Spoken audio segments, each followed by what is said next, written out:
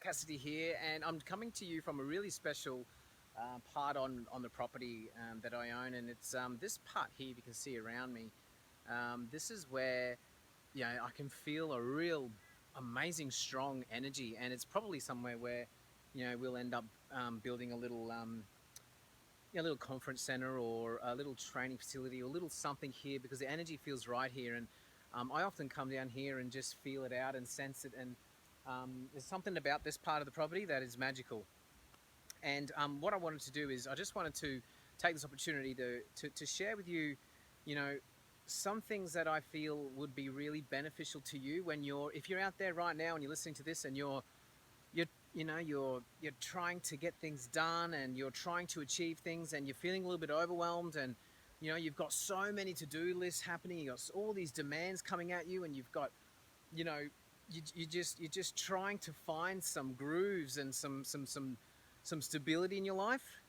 Then what I'm going to share with you right now will help you, and it'll really help you step out of the noise and step out of what's going on and really start to gain some sense of clarity, direction, and focus, which is very important. Now, what I mean here is our focus, what we focus on, whatever we focus on in any moment, determines how we feel, and whatever we focus on is where we have a growth of clarity and our energy will flow. So whatever we focus on, clarity grows and energy flows.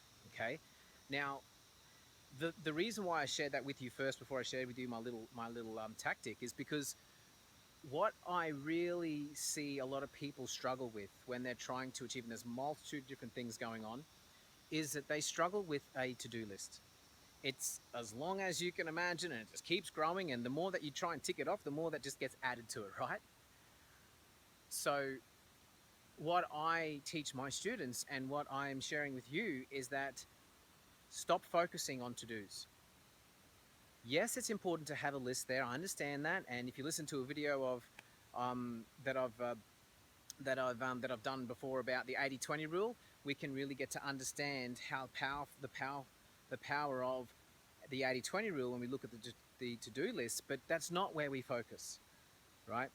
Where we focus, where we need to focus every day, every week, every month, is on the outcome level, not the to-do, the outcome level. Why? Because as soon as we focus on the outcome, what outcome am I after here? What is the result that I'm after? There can be a multitude of different ways to get there. There might be, different things that on the to-do list that get you there, or there might only need to be, a few things that are done on the to-do list to hit that outcome, rather than thinking I must do all these to-do lists and not even check to see if you're even getting closer to your outcome. That's why we focus and measure at the outcome level. When you go and you implement and you take action and you do things on your to-do list, you need to check, is that actually moving me closer towards my outcome? Am I actually getting anywhere? Because if we don't focus on it, have you ever done anything before and you ticked all your to-do list before and then figured out that, well, actually I didn't actually get the result I wanted? Has that ever happened to you before? Because the reason why is that we're taught to tick the to-do list and we're taught to focus on, here's the action plan, and do it. Now, don't get me wrong, action plans are important, but you need to focus on the outcome level. Now, when you focus on the outcome level, it takes you out of overwhelm, because all of a sudden, instead of having to look at all these 50 things you got to do, you chunk up a level. So chunking is when you group, when you group like common like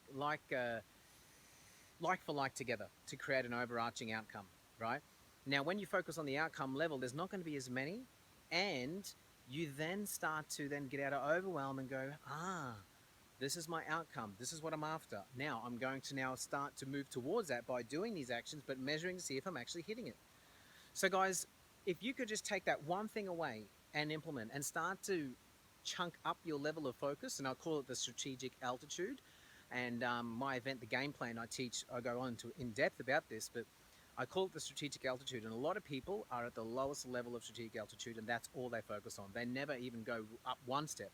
So I'm challenging you guys to just come up one step on the strategic altitude and come up to the outcome level, and that will help you get out of overwhelm, start to get more clarity and focus and direction on what it is you actually want to achieve, the result, and start to then get and start to get some sense of stability by saying, hey, this is my outcomes. This is the actual result I'm after.